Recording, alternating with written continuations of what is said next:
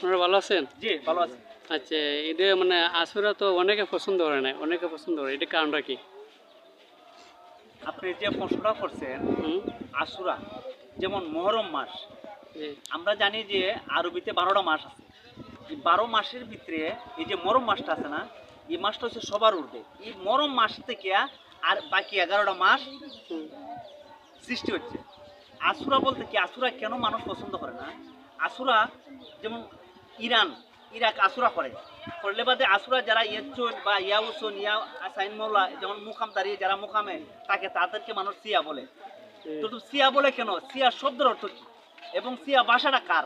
এটা কি আরবি ভাষা, না ইংলিশ ভাষা, না উর্দু ভাষা, না বাংলা ভাষা?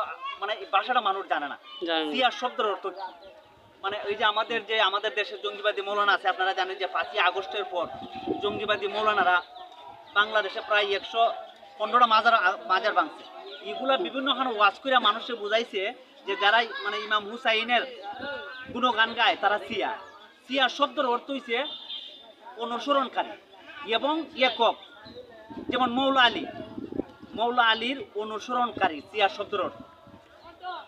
আমাদের রাসূল যখন বেলায়ত নবুয়ত খতম হইল, তখন গাদিরা কোন একটা স্থানের মাঝে আমার মৌলা আলী রে আমার রাসূল বলল, আমি যার মৌলা, এইভাবে আটটা তুল দিয়া যে আমি যার মৌলা আলীও তার মৌলা। অর্থাৎ আজকের থেকে নবুয়ত খতম, বেলায়ত জারি, বেলায়ত শুরু শুরু আমারে যে অনুসরণ করছো, আজকের থেকে এই মৌলা আলীরও তোমরা অনুসরণ করবে। আর যদি মৌলা আলীর সাথে যে দুশ্মনী করবে, আমার সাথে দুশ্মনী করা হবে। আর মৌলা আলীর সাথে যে বন্ধুত্ব করা হবে, আমার সাথে বন্ধুত্ব করা হবে। এটা আমার কথা না, এটা আমার রাসূলের কথা। এবং গাদিরা কুম স্থানে, আপনারা জানেন গাদিরা কুম স্থানে আমার রাসূল এই ভাষণটা দিয়েছিল ১০০ লক্ষ সাহাবীর সামনে। এবং জায়গাটা নিচু ছিল, তখন উড আছে না বাইরে, তো উডের যে সিটগুলো আছে, সিটগুলোর উপরে তুললা এইভাবে হাতটা তুললা, একটা হাতে তুলে বলছে যে আমি যার মৌলা আলীও তার মৌলা। যে আমরা হচ্ছি হুসাইনি সৈনিক,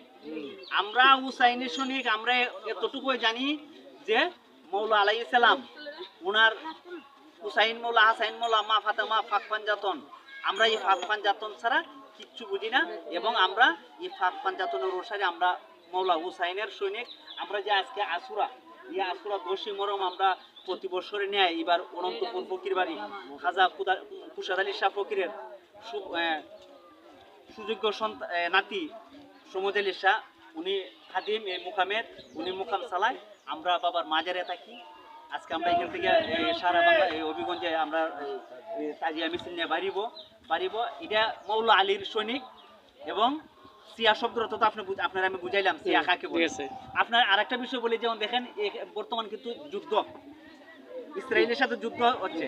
সৌদি আরব বলেন, বারহান বলেন, দুবাই বলেন, মিশর বলেন, মানে মুসলিম রাষ্ট্র যতগুলি রাষ্ট্র আছে, কোন রাষ্ট্র কিন্তু তাদেরকে মানে সবাই ভয় পায়, কোন রাষ্ট্র জবাব দেয় নাই। কিন্তু জবাব দিচ্ছে কে? ওই যে সিয়া, যাকে আমরা যারা মুসলমানরা সিয়া বলি, এ সিয়ারাও জবাব দিচ্ছে। এই বিশ্বের মাঝে তো খাঁটি মুসলমান থেকে থাকে একমাত্র ইরাক আছে, বুঝছেন, মুসলমান। আর আমরা ওই রাসূলের অনুসারী, মৌলা আলীর অনুসারী, ইমাম হুসাইন মৌলার অনুসারী, আসাইদ মৌলার অনুসারী, মা ফাতেমার অনুসারী। এ বলে বিদায় নিলাম। আসসালামু আলাইকুম। ওকে, ধন্যবাদ।